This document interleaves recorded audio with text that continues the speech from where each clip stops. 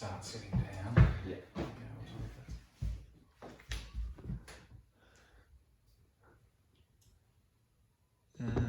Yeah, I think that will be able to catch you. It's hard to tell because it's bloody. Yeah. Yeah.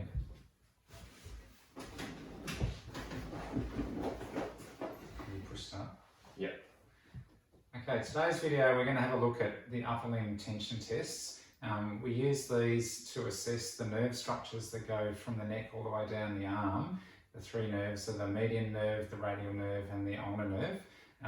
They're the equivalent of doing a straight leg raise in the lower limb for assessing whether someone's got neurological irritation or neurological compression. So we're looking for reproduction of the person's symptoms or reproduction of neurological symptoms, or also a reduction in the range of movement when you compare one side to the other. So often you should do this on the good side first to get a feel for what the person's normal nerve tension is like, and then compare it to the affected side. And so this is part of developing an asterisk sign or an objective measure so that you can then do your test and retest, so to see whether the treatment technique that you use has had some effect or impact on the person's nerve structures that are contributing to their pain. So we're going to do the median nerve first, and there's upper limb tension test 1 or 2, are the median nerve ones. They impact the lowest, the spical nerve roots from C5 to C7. So the first one we're going to do is upper limb tension test 1 or A for the median nerve. So you depress the scapula first and then bring the arm out to 90 degrees. Bring the wrist and hand into extension and supinate the forearm. Externally rotate. You're looking at the patient. For some people this may be enough to actually bring on their symptoms, and you tell me if you get any symptoms there, Lockie. And then our main driver is extending the elbow. How does that feel? Yeah, bit pulling there. Okay, so if that's reproduced his pain, we then can visualise what angle of the elbow brought on the symptoms. So again, I'm just going to depress the scapula and then extend the wrist, externally rotate it, and then extending the elbow.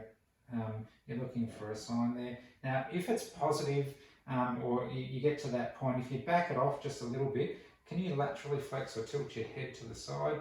If that increases the symptoms, then that's a positive neuromeningeal test for the median nerve. Okay, so that's number 1. The second one, I'm going to get Lockie to come a little bit further across to the edge of the bed. I'm going to use my hip or my thigh to depress the scapula.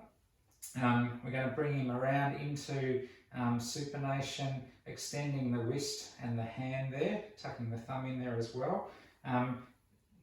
You abduct the shoulder to about 10 degrees. So this one you're basically assessing, it's upper limb tension test 2 or upper limb tension test B, and it's more the axillary nerve and the median nerve. What was the other one, Lockie?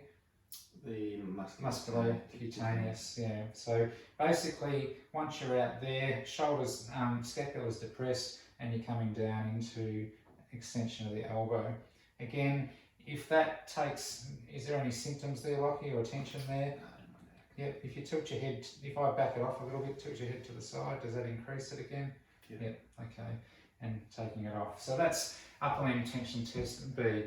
The third one is for the radial nerve, so that's upper limb tension test C, or the radial nerve tension test. So with this one, again, we're using our thigh or our hip to depress the scapula, bring the arm out into a few degrees of abduction, pronating this time, and then curling, bringing the wrist into flexion and the fingers into flexion.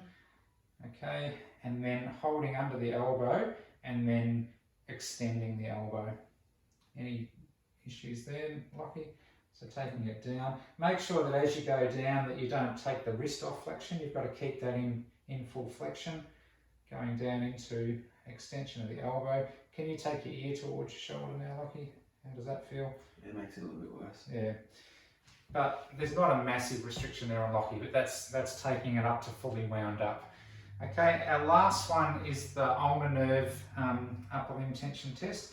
With this one, you're putting your hand on the shoulder again to depress the scapula, head in neutral for a start. With this one, you're going to be taking the arm out into abduction. You can use your thigh to assist with that. So initially, you're taking it to that abducted, externally rotated. You're going to have them in pronation but extension this time, and then you're bringing the hand up towards the ear, and Lockie's starting to grimace there. Yeah. Okay, if you take your neck across to the side, does that make it worse? Yeah. Yeah. If you bring your head towards this side, does that make it any better or any different? A little bit, yeah. Yeah.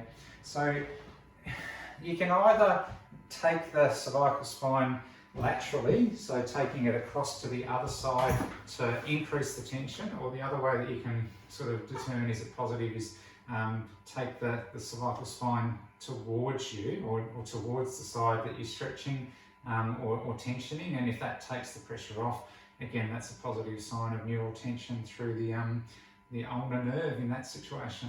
So basically we've done the 4 tests there.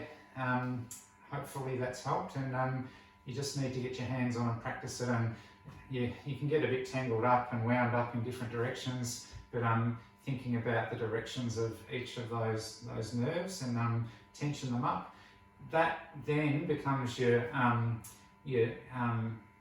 a way of using upper limb tension tests, or using gliding and sliding of that nerve as a mobilisation or a treatment technique, which can be quite effective as well. You can also then use that as a way of helping someone if they've got nerve tension, if you can show them what they need to do to wind it up, like a basic upper limb tension test 1, or the median nerve one is the person puts their hand on their shoulder, they come up to abduction, they're externally rotated, and then they move their arm, so wrist extended, and then basically moving like that as a slider. Now you can do that in lateral flexion, or you can take it out and then bend it back, tension it, take it off, stretch, bring your head back to neutral. You can alter the components of it depending on how much tension you want to put on, and that's using your clinical reasoning.